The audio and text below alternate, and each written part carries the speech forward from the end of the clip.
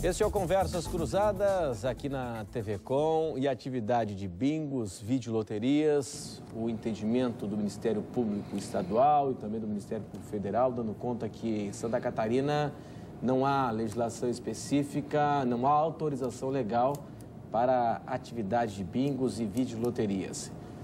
Há pouco, o governador Luiz Henrique da Silveira emitiu um decreto, assinou um decreto autorizando, viabilizando a prática de videoloterias, atividade de videoloterias, regulamentando a lei de 1966, na medida em que a lei de 2000, ela já foi considerada inconstitucional pelo Supremo Tribunal Federal. Este é o nosso assunto hoje. Daqui a pouco a gente vai discutir se há um ambiente político no Congresso Nacional para a aprovação da atividade de bingos e videoloterias no país.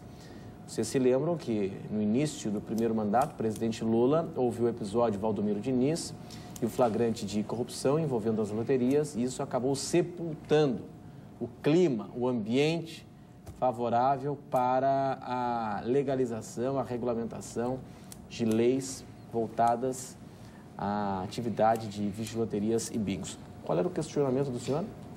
A lei de 1966, é 3812, né? 3812. Se eu não me engano, no artigo 20, ela diz que o governo do estado é solidariamente responsável pelo pagamento dos prêmios. Então, eu faço a seguinte pergunta: se o governo do estado autoriza a Companhia Água Doce de Bingos a abrir uma videoloteria, da CODESC da autorização, etc., ele abre uma rede no estado, e essa empresa sorteia o videoloteria, faz seus sorteios e não paga os apostadores. O Estado vai respeitar esse artigo 20 da Lei 3812 e vai pagar o prêmio para essa pessoa?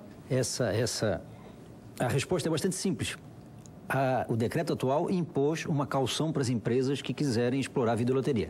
Segundo ponto, essas videoloterias passam por uma triagem pela Universidade Federal e devem devolver um percentual, que eu não sei de cabeça, um percentual... 85%. 85% que arrecadam. Portanto, não há como eles quebrarem e não pagarem. E se quebrarem? Paga ou não paga? Mas não tem como, a máquina está ali. Paga ou não paga? Vai cumprir a lei ou não vai? Eu não posso conjecturar com absurdo, a máquina está ali. Se ganhar, ela solta o valor, não tem como não pagar. Bom, eu vou lhe dizer uma coisa. Aí só está falando de alguém vir, então, roubar a máquina na hora que o cidadão ganhou o prêmio. Aí é um absurdo. Ou paga ou não paga. Quando eu fazia estágio, isso em 1978, 79, eu trabalhava com um advogado, hoje é falecido, Dr. Nilo Quintino dos Santos, e nós estávamos numa mesa de negociação, e ele disse: olha, o acordo é X, aí a multa para não cumprimento do acordo é 10%. Aí outra parte disse: não, 10% não, eu quero 5%. Ele disse: olha, se o senhor estivesse disposto a pagar... A multa tem que ser 100%, claro. Se o senhor topar uma multa de 100%. Quer dizer, se o Estado está disposto a cumprir o artigo 20, ele vai dizer: não, o Estado, se o bingo quebrar, ele paga. Mas primeiro não tem bingo, não tem bingo. Então não dá para dizer que ele paga. Seja lá o que não tem como quebrar. A máquina está ali, ela entrega na hora o prêmio. O Estado não admite a hipótese de cumprir o artigo 20 da Lei de 66. Não é isso, o senhor está querendo interpretar minhas palavras de forma errada? Não, a máquina está ali, é só a máquina que pode, é só a máquina. Apertou o botão, ganhou, não tem que requerer o prêmio, não tem que esperar o prêmio, ele vem imediatamente. Fulano não ganhou o prêmio. E agora? Como a máquina estragou. Nós vamos conjecturar com absurdo. Veja que quando o Ministério Público Estadual quer fazer a Polícia Civil a impedir esses jogos todos que estão na clandestinidade, e hoje foi reconhecido aqui que ainda estão na clandestinidade, também se preocupa com o cidadão, com o consumidor, que não havendo as regulamentações, não há nenhuma garantia de que aquela máquina vai dar o X% necessário do prêmio. Então, o cidadão está sendo lesado e enganado, pode ser lesado e enganado. E entendo a preocupação do Estado de querer, então, impedir isso, regulamentando e cobrando, inclusive, impostos. Exato. Mas, infelizmente, no entender do Ministério Público Estadual, e eu vejo também do Ministério Público Federal, não é possível essa regulamentação, essa boa intenção, que se for uma boa intenção do governo do Estado de fazer. E eu penso que toda a discussão passe à sociedade, ao invés de cobrar dos órgãos estaduais e do Ministério Público Estadual e Federal, tem que cobrar dos nossos políticos. Ou eles regulamentam isso, ou eles proíbem de vez. Hoje, no nosso entender, está proibido.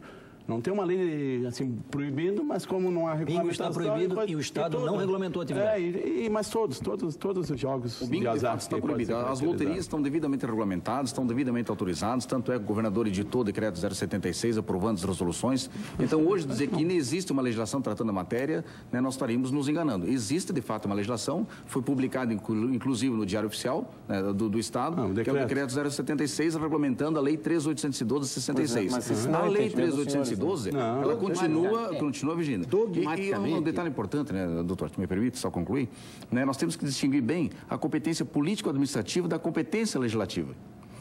O que está expresso no Supremo Tribunal Federal, nas ADINs, é que aos estados não é retirada a competência para legislar sobre essa atividade, mas não editar atos normativos. E também está escrito que não existe nenhuma lei federal. Na ausência, eu tenho o voto da ministra... A lei federal, tanto existe, até mesmo para os bingos. Tem vários magistrados no país que têm reconhecido, né, a licitude e a legalidade na exploração da atividade de bingo. Mas não tem.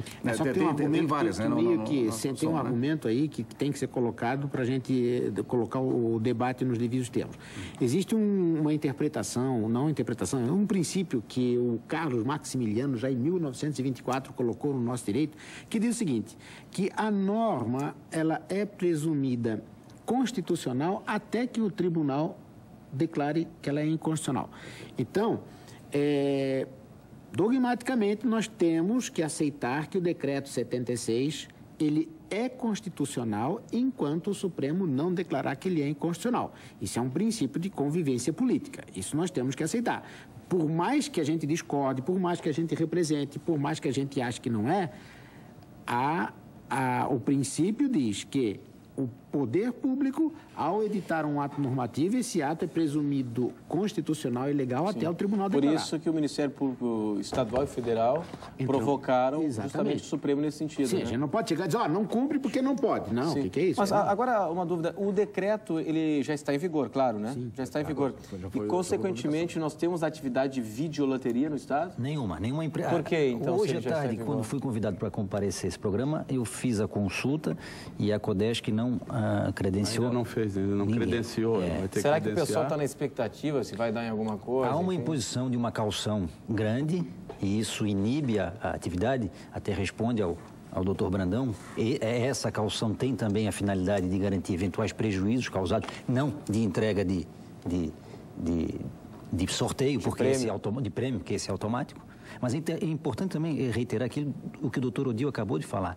A intenção do Estado, e aí eu concordo com o doutor Odil, a intenção do Estado é trazer o clandestino para a legalidade, para evitar que crianças que frequentam uma padaria venham jogar aí sim, caça-níqueis, trazer essas máquinas para um local que possa ser vigiado e possa ser taxado, cobrado. Pois é, procurador, só uma dúvida. O senhor falou há pouco que 85% do valor que entra na máquina, ele deve retorna... ser necessariamente devolvido. Para quem?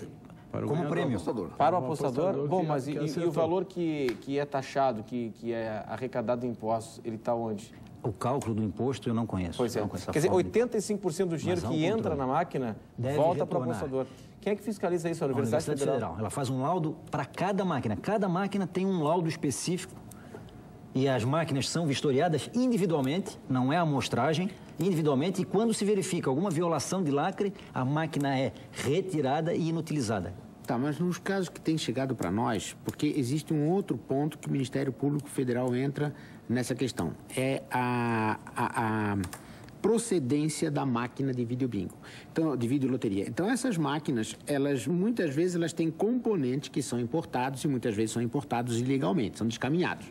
Chega para nós, durante o interrogatório, o réu diz, olha, a gente pergunta, todas as peças da máquina estão identificadas, numeradas e dá para saber a procedência? O réu diz, não, tem peças lá dentro que a gente não sabe a procedência. Então eu pergunto, se tem peças lá dentro que não se sabe se são importadas ou nacionais, como é que se vai garantir a idoneidade do conjunto todo da máquina? Primeiro, hoje nós estamos duvidando da Universidade Federal. Hoje nós temos equipamentos produzidos em Santa Catarina. Nós temos indústrias catarinenses que estão, inclusive, exportando. Desculpa. Só vou terminar isso. Eu não estou duvidando, eu estou contando o que acontece em processos que eu atuo lá em Blumenau. E eu estou contando ao senhor o que faz a Universidade Federal. Faz um laudo, emite um laudo. Nós temos hoje empresas catarinenses que industrializam os equipamentos e exportam, inclusive, os equipamentos. E são referências em toda a América, que exportam até para a Europa, né? É o caso de empresas catarinenses. Existem equipamentos produzidos já com tecnologia e componentes 100% nacional. E os equipamentos que foram importados durante o ano de 97, 98, 99, me parece que até 2000, onde não havia essa instrução normativa proibindo a importação de equipamentos para a finalidade de jogos, esses equipamentos, alguns deles ainda se encontram operando, né, no Brasil, não sei se aqui no estado de Santa Catarina. Esses equipamentos foram devidamente importados, né, de forma regular, alguns deles já sofreram, inclusive, apreensões da Justiça e foram liberados pela Justiça por ter sido confirmada a regularidade fiscal neles, né? E como o doutor Cordeiro afirmou, todos os equipamentos aqui em Santa Catarina que estiverem autorizados pela Codesc, antes devem ser submetidos a uma perícia na Universidade Federal. Então, a Universidade Federal, né, cuja idoneidade é indiscutível, né, ela fiscaliza os equipamentos, verifica, vistoria os equipamentos e atesta se o equipamento é idôneo ou não.